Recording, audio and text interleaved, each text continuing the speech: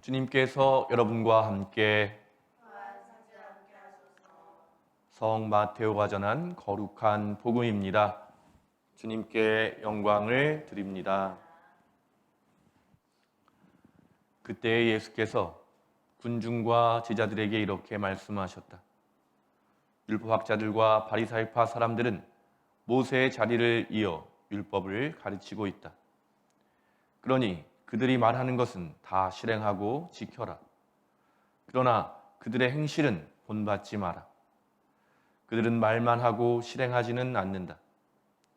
그들은 무거운 짐을 꾸려 남의 어깨에 메워주고 자기들은 손가락 하나 까딱하려 하지 않는다.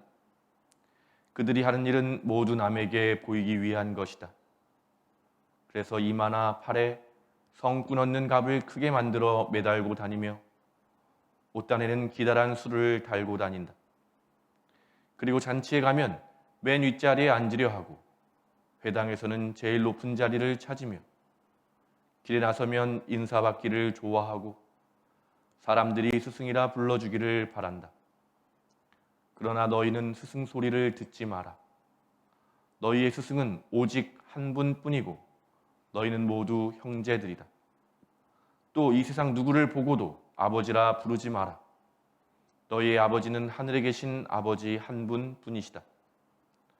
또 너희는 지도자라는 말도 듣지 마라. 너희의 지도자는 그리스도 한 분뿐이시다. 너희 중에 으뜸 가는 사람은 너희를 섬기는 사람이 되어야 한다. 누구든지 자기를 높이는 사람은 낮아지고 자기를 낮추는 사람은 높아진다. 주님의 복음입니다. 그리스도를 찬미합니다. 자리에 편하게 앉으시기 바랍니다.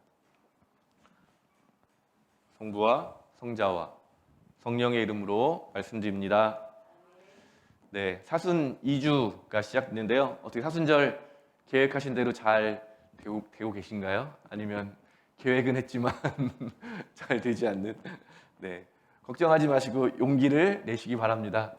네, 주님께서 우리의 형편을 잘 알고 계시기 때문에 우리가 주님을 향한 마음이 있다면 그것을 이용해 주셔서 우리를 변화시켜 주시는 분이 하느님이시기 때문에 우리의 힘으로 하는 것이 아니니까 용기를 내시고 오늘 예배 가운데 주님의 은총을 더욱더 구하시기를 바라겠습니다.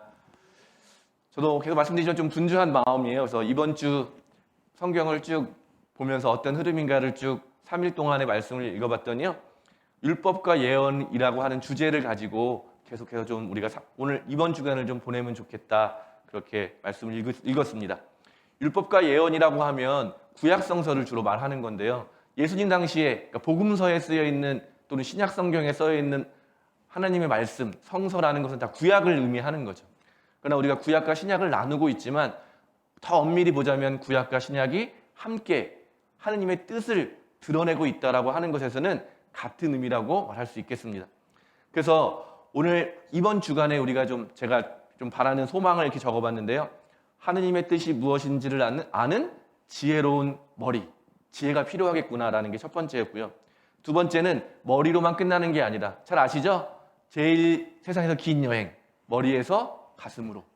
그래서 우리가 아는 것을 넘어서 알을 통해서 하느님의 마음을 느끼는 그런 하나님과 일치되는 그런 마음을 구하고 마지막으로는 더 먼 여행이겠죠. 하느님의 뜻을 실천할 수 있는 내 몸이 될 수 있도록 내 몸이 하느님의 뜻을 실천하는 그런 몸이 되기를 소망하면 좋겠다. 이런 세 가지를 제가 좀 이렇게 오늘 말씀을 준비하면서 적어봤습니다. 지혜롭고 또 하나님과 하나 되는 마음 또 그것을 통해서 우리의 몸이 주님의 뜻을 이루어가는 거룩한 성전이 되기를 간절히 소망합니다.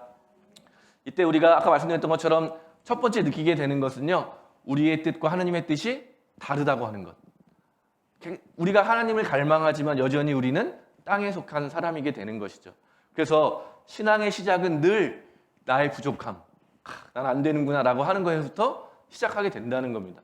그러니까 우리의 실패는 하나님을 향한 길이 되는 거예요. 내가 부족하니까 하나님을 찾을 수밖에 없고 내가 부족하니까 기도할 수밖에 없고 내가 안 되니까 이렇게 모여서 같이 예배 드리는 거죠. 그러니까 우리가 하나님과 다르다고 하는 것, 하나님의 뜻이 저 멀리 있다라고 하는 것은 여러분이 신앙을 잘하고 있다는 거예요. 오히려 무서운 사람들은 그런 거죠. 난 하나님을 다 알아. 나는 충분해. 내가 내 뜻이 하나님의 뜻이고 내 지금 하고 있는 게 하나님의 일을 하고 있는 거야 라는 사람은 오히려 위험할 수 있는 거죠. 오히려 그런 사람들은 더 말씀을 읽고 기도해야 되는데 남을 판단하거나, 오늘 마치 바리새파 사람과 율법학자들은 그 자리에 가 있는 거죠. 내가 알고 있는 지식으로 사람들을 판단하고 정죄하고 자기 손은 까딱하지도 않고 사랑을 실천하지 않고 오히려 사람들에게도 사랑을 실천하지 못하게 하는 그런 자리에 있는 사람일수록 더 위험할 수 있습니다. 오늘 우리는 다시 한번 하느님의 도우심으로 우리의 삶의 방향을 하나님께로 변화시킬 수 있게 되기를 소망합니다. 그래서 우리가 변화되는 데 있어서 중요한 것이 오늘 우리가 3일 동안 읽어야 될 말씀에 있는 거죠. 내 뜻과 하나님의 뜻이 얼마나 가까이 있는지 멀리 있는지 우리는 사실 알 수가 없어요. 우리는 연약한 존재이기 때문에. 그러나 말씀이 그런 우리를 붙들어주는 거죠. 말씀이 그런 우리에게 방향을 알려주는 거죠. 말씀이 우리를 비추어 주는 것입니다. 율법이 가르치는, 하나님의 말씀이 가르치는 방향인지 알게 될 때 우리가 좀 더 용기를 내어서 내 방향이 맞기 때문에 한 걸음 나아가야 되는지, 아니면 내가 틀렸기 때문에 인정하고 내 뜻을 접고 하나님을 향해서 돌아서는 일, 이게 뭐예요? 회개인 거죠. 내 뜻을 잘못됐기 때문에 접고 하나님께 돌아가는 회개로 나아갈 것인가, 이것은 무엇이 알려주는 거예요? 말씀이 알려주는 거죠. 그래서 우리에게 말씀이 중요한 것이고요. 오늘 첫 날이기 때문에 그러면 말씀은 무엇일까? 구약의 말씀은 출애굽기를 통해서 이제 홍해를 건너고 약속의 하나님의 산이라고 부르는 거룩한 신의 산에 가서 모세가 혼자 막 구름과 막 불기둥이 막 일고 있는 그 산에 올라가서 하나님의 법을 받았죠. 그리고 백성들에게 법을 알려주면서 출애굽기, 레위기, 신명기, 참 어려운 책인데 이 책이 뭐예요? 주로 하나님의 말씀을 그 율법에 대해서 잘 기록하고 있습니다. 그런데 우리에게 다행히도 예수님은 이 말씀을 압축해서 뭐라고 말씀해 주셨어요? 하느님을 사랑하고 내 이웃을 사랑해라. 그게 율법의 정신이라는 거예요. 그런데 예수님 당시 율법학자야 바리새파 사람들은 뭐라고 말한 거예요? 600개가 넘는 구절을 다 지켜야 된다. 계속 이렇게 가르쳤던 거예요. 근데 예수님이 그래서 이렇게 말씀하신 거죠. 율법의 정신은 하느님을 사랑하고 이웃을 사랑하는 것이, 그 법 자체를 지키는 것이 그것을 이루기 위한 것이다. 그러니까 그래서 뭐라 그래요? 가르치는 건 지켜야 되는데 행실은 본받지 말라고 하는 말이 뭐냐면, 이 율법이 가르치고 있는 게 하느님을 사랑하고 이웃을 사랑하는 것이기 때문에 그것은 실천하되 그 말씀을 잘못 이해하고 잘못 사용하는 것은 본받지 말라고 하는 거죠. 그래서 오늘 읽은 이사야서는 예언의 말씀이잖아요. 예언서의 말씀은 뭐냐면요, 쉽게 간단하게 말한다면 율법이 전해졌는데 어떻게 했어요? 율법을 지키는 거를 실패했잖아요. 그래서 하느님이 다시 예언자들을 보내서 원래 율법은 이런 거야. 다시 잘 들어봐. 다시 잘 들어보자 라고 말하면서 율법을 다시 해설해 주는 거예요. 그래서 오늘 읽은 이사야의 말씀도 그렇게 다시 한번 설명해 주고 있는 거죠. 율법이 여러 개가 있지만 한번 읽어드릴게요. 몸을 씻어 정결케 하여라. 내 앞에서 악한 행실을 버려라. 깨끗이 악에서 손을 떼어라. 착한 일을 익히고 바른 삶을 찾아라. 여기까지는 구체적인지 뭔지는 모르겠어요. 그죠? 그들이 뭔가를 잘못했는데 실패한 게 구체적으로 나온 거는 바로 그 다음입니다.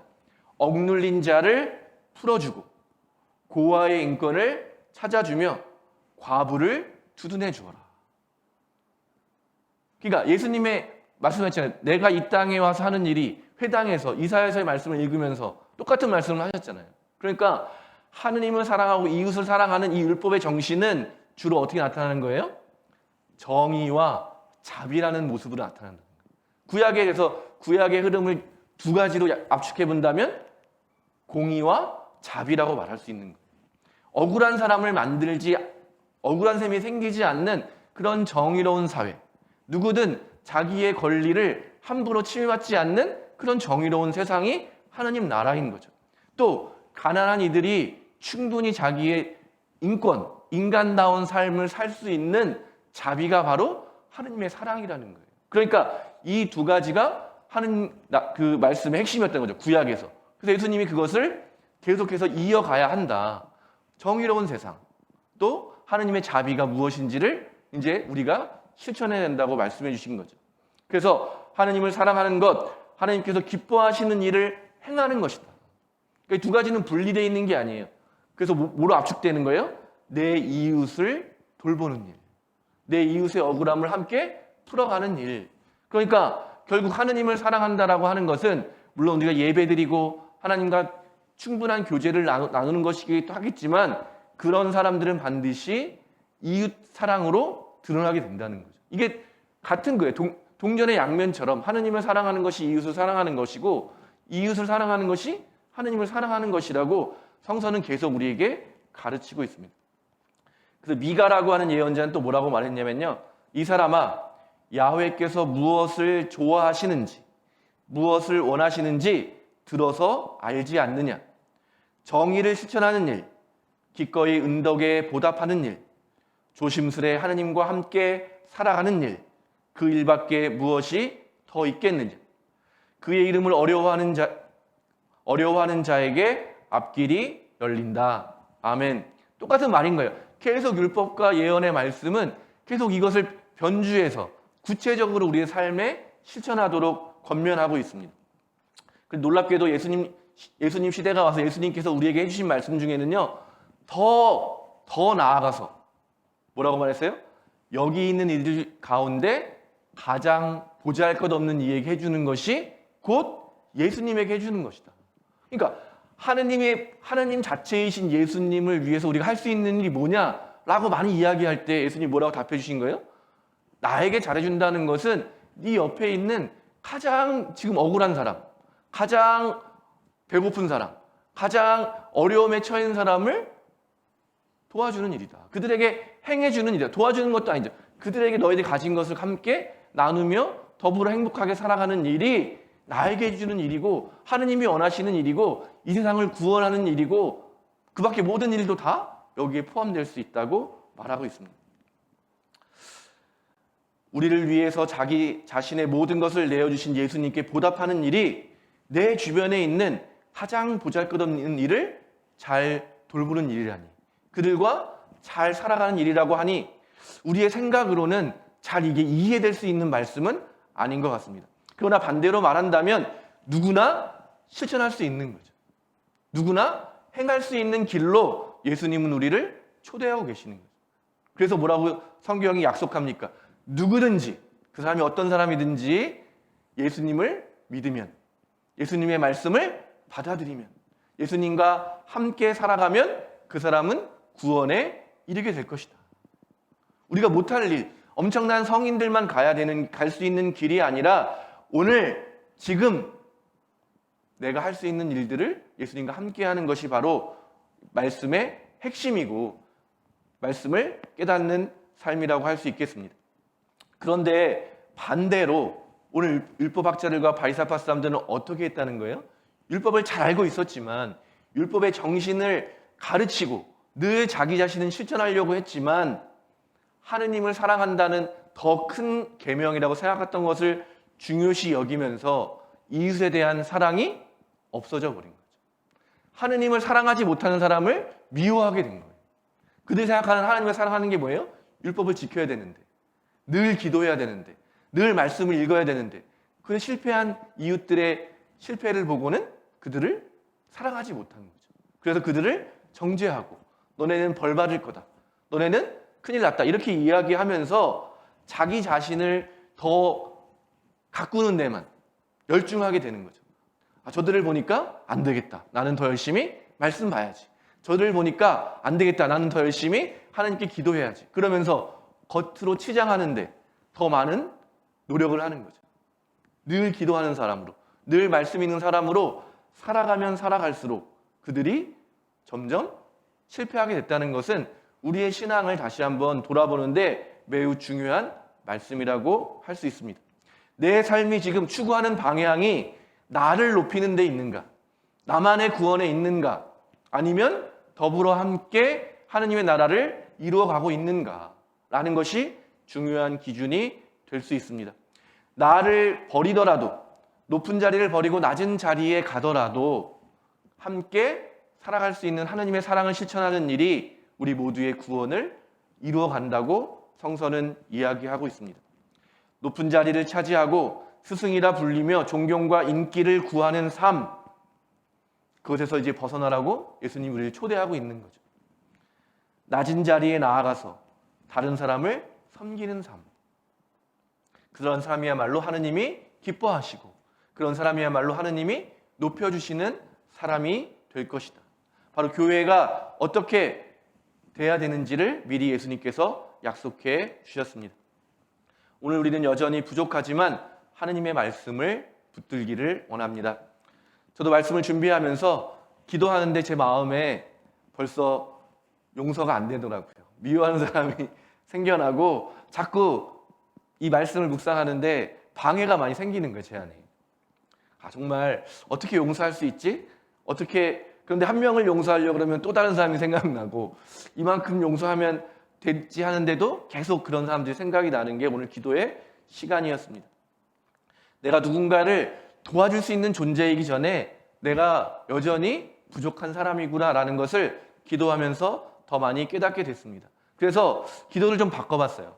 하느님, 저를 좀 도와주시고 제가 사랑할 수 있게 해주세요 라고 기도하는데, 제 생각에서는 끊임없이 사랑할 수 없는 수많은 이유들이 생각나는 거죠. 떠오르는 거죠.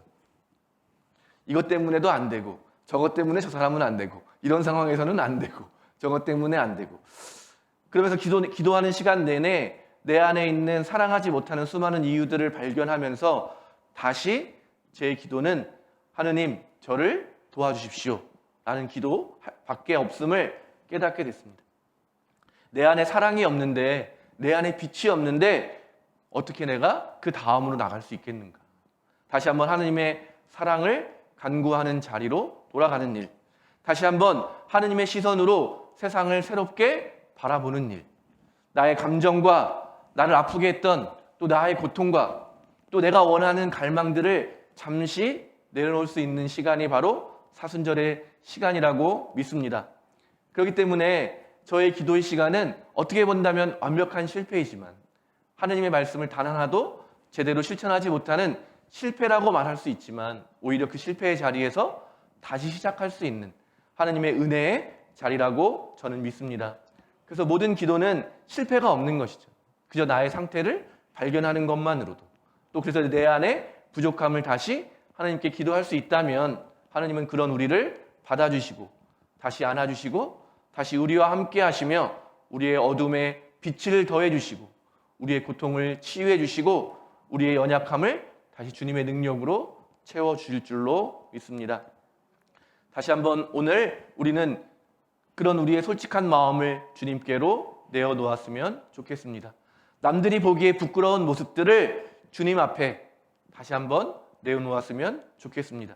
내 고집, 내 생각, 내 감정, 나의 어려움들을 주님 앞에 솔직히 내어드릴 때 나의 참 구원자이신 예수 그리스도께서 우리와 함께 하시며 우리의 삶을 조금씩 변화시켜 주실 줄로 믿습니다.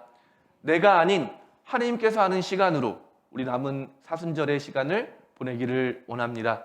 그러기 위해서 말씀을 가까이 하고 늘 기도하는 삶이 필요하다고 믿습니다. 그래서 오늘과 내일 이번 주간 동안에는 하느님의 말씀을 좀 더 가까이 하면서 나의 삶을 비추어 보고 또 하나님의 말씀을 붙들면서 우리와 함께 하시는 그 하나님의 뜻이 조금 더 밝혀지고 명확하게 밝혀지고 또 우리의 믿음이 조금 더 굳건해져서 말씀을 받아들이고 실천할 수 있는 그런 거룩한 시간들로 채워지기를 간절히 소망합니다. 성부와 성자와 성령의 이름으로 말씀드렸습니다.